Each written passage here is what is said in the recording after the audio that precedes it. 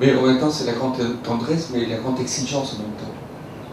Oui. Bon, a priori, ça semble contradictoire, mais c'est l'éducation que vous avez reçue, c'est étonnant. On sait parfaitement que vous aimez beaucoup un sport qui, bientôt, il va y avoir les Tours de France, vous adorez les vélos, mais j'ai l'impression que c'est aussi l'image aussi de l'éducation que vous avez reçue à travers la petite reine, simplement. Oui, tout à fait. Alors lui, il était plutôt adepte du foot. Vous disiez tout à l'heure que c'était quelqu'un de sensuel. Effectivement, il était né en Tunisie, il avait vécu toute sa jeunesse en Tunisie, donc il avait beaucoup parcouru ce sud tunisien. Il aimait les fleurs, il aimait les fruits, il aimait toutes ces choses très très vitales. Et le sport, la bonne nourriture. La bonne nourriture, c'était quand il téléphonait à sa sœur, l'essentiel de la conversation, c'était qu'est-ce que tu as fait à dîner, qu'est-ce que tu vas faire à manger, qu'est-ce qu'il y a, et tu mets quoi là-dedans. Il y a beaucoup d'odeurs dans votre livre. Hein. Oui, beaucoup de goûts. Oui, tout à fait. Et donc, le sport, pour lui, je pense, ça avait été une école de vie.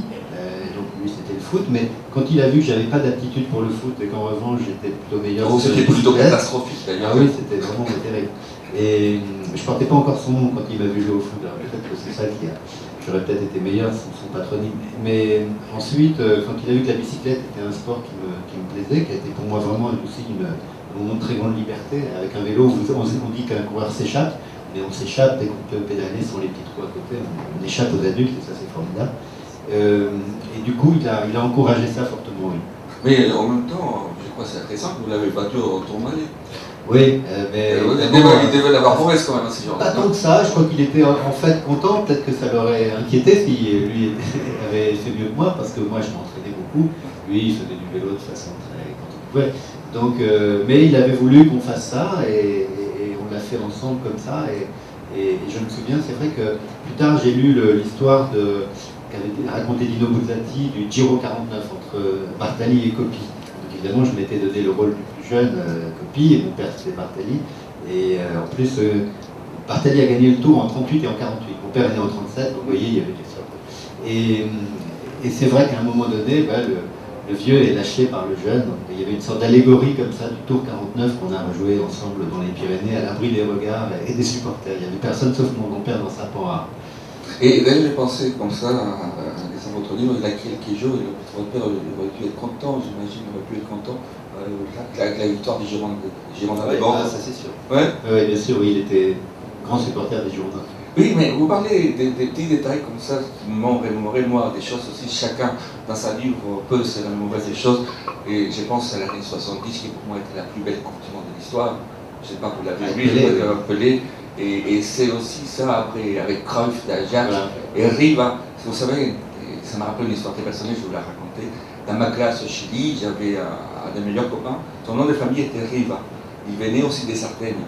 Il m'a toujours raconté que c'était son cousin germain, j'ai toujours cru. Et la dernière fois que je l'ai vu au Chili, non, c'est pas vrai. Il m'a dit que c'était raconté de bêtises, mais c'était très beau en même temps. Mais il y a aussi cette histoire, c'est lui, c'était l'équipe, c'était les Canards enchaînés. Oui. Et en même temps, pas de livre comme ça, vous racontez l'histoire de la famille, vous savez aussi appris vous-même, parce que vous racontez votre histoire aussi, à lire, pas à lire, mais à aimer les livres chez sa sœur.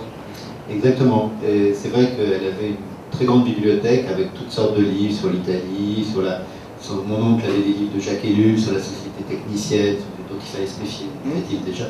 Et j'ai pioché comme ça dans ces livres un peu au hasard, et ça a été pour moi comme si on m'avait ouvert la tête, quoi, c'est-à-dire ouvert tout un tas de perspectives, et ça aussi c'était une forme de grande liberté, et j'ai gardé ça après, ça a été l'initiation. C'est ça en fait le mot-clé, c'est la liberté, j'ai l'impression. Oui, d'ailleurs mon père, je pense, a été toute sa vie un homme libre, et d'une certaine manière, il a exprimé une dernière fois cette liberté en ce tour. Et lorsqu'on parle de liberté, il y a aussi la chose peut-être fondamentale dans les livres, c'est l'histoire de la filiation. Et j'ai l'impression que si vous racontez ces liens forts avec votre père, à travers cette filiation que vous-même, vous avez voulu vous donner, j'ai l'impression que c'était très fort chez vous dès le départ.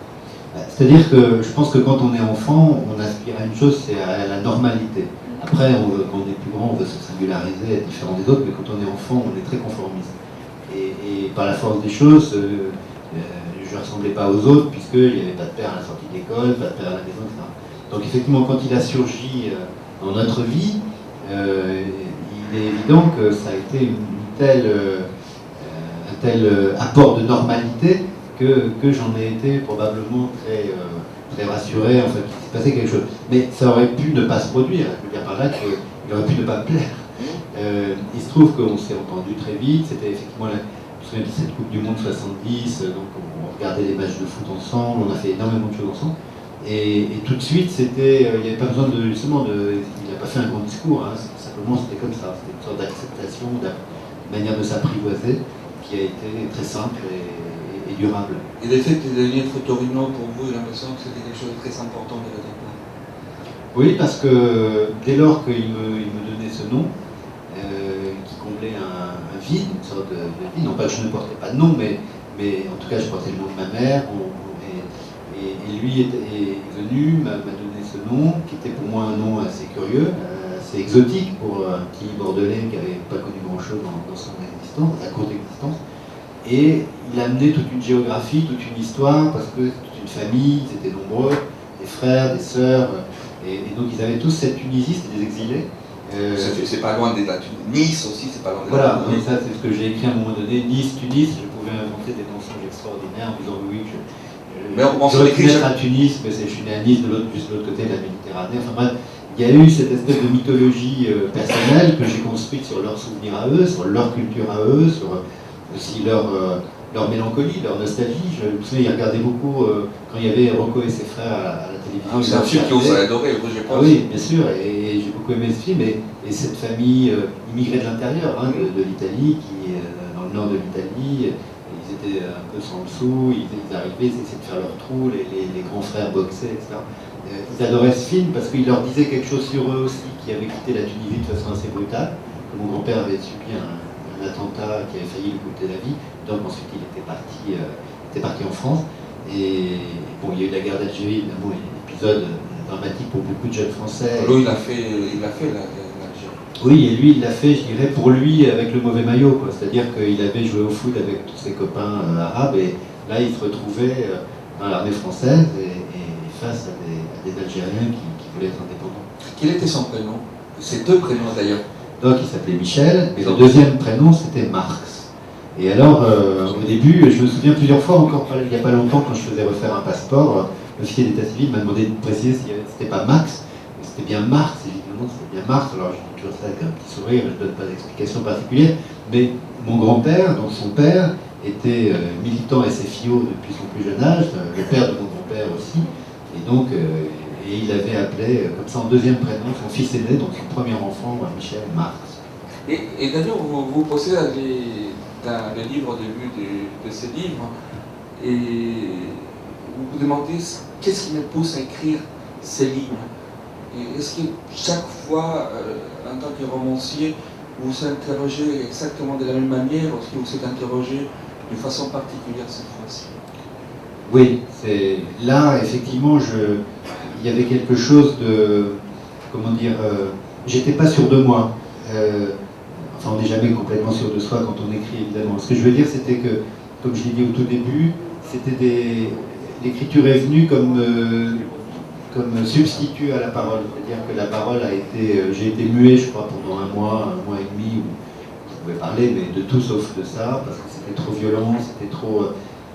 Et donc je ne pouvais pas m'exprimer sur cette mort, et en même temps, il fallait que quelque chose existe, parce que, par ailleurs, je vivais des choses assez lourdes au monde, il fallait assumer tout ça. Donc l'écriture est venue vraiment en secours. Et donc quand je dis pourquoi je continue ces lignes, c'est parce qu'effectivement je me demandais si tout ça aurait une utilité, au fond, au-delà du bien que ça me procurait. Enfin, quand je dis du bien, c'était quelque chose de très relatif, mais en tout cas, il m'a semblé que l'écriture venait soulager quelque chose, sans être bien sûr que ça servirait à grand-chose à l'arrivée. Mais vous voyez, j'ai l'impression que j'ai écrit ce livre en me brûlant les mains. Je veux dire par là que mon père, c'était comme un feu qui s'éteint, il y a des braises, elles sont encore très très chaudes. Et ben, c'est ce moment-là que j'ai choisi pour écrire finalement, et non pas de laisser refroidir, de laisser passer 1 an, 2 ans, 10 ans, en disant un jour j'écrirai sur mon père. Non, j'ai fait ça à chaud, ou à vif, parce qu'il m'a semblé que c'était là que, à la fois c'était le plus nécessaire pour moi, et probablement que c'était le plus sincère aussi. C'est-à-dire que peut-être que plus tard, j'aurais pesé plus les mots, j'aurais fait plus attention à ce que j'écrivais. Là, j'ai pas pris de précaution particulière. J'ai écrit ce que je pensais devoir écrire au plus près de lui, au plus près de ce que je ressentais, sans me censurer ou m'auto-censurer ou quoi que ce soit.